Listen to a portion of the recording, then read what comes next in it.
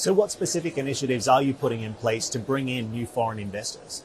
So in Turkey, I mean, we have a strong value proposition for the international investors. First of all, we say that Turkey is a resilient and fast-growing economy. Since 2003, in the last 2 decades, the compound average growth rate of Turkey is 5.4%. We say resilient because, after all global shocks, Turkey was able to have a kind of V-shaped recovery. We grew by double digits.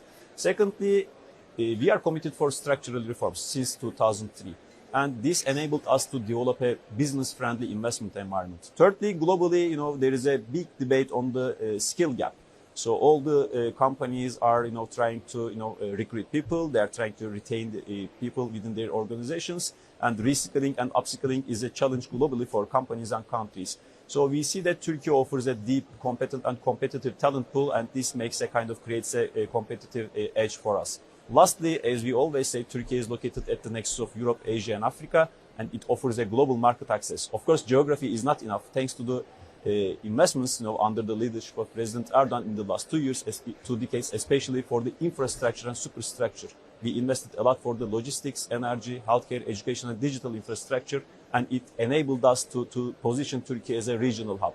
So our strategy is to enhance this role, and we would like to make our economy a global powerhouse in our geography. And what efforts are you making to secure new bilateral trade agreements, particularly with the Gulf states? Where do we stand? Sure, the bilateral trade agreements are quite important, especially during such volatile or challenging times globally. As you know, Turkey is a part of customs union, and we have 28 free trade agreements with different countries.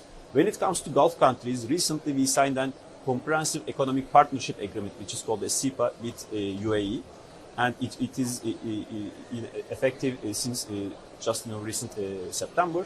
And we have some ongoing negotiations with Qatar, and we believe that we will increase these numbers because Turkey itself, 85 million population. If we add up the customs union market and these 28 countries, it makes 1 billion population. So we say that when you invest in Turkey, you can access to a larger market. So our policy is to enlarge these market that you can reach out to you can reach out from Turkey.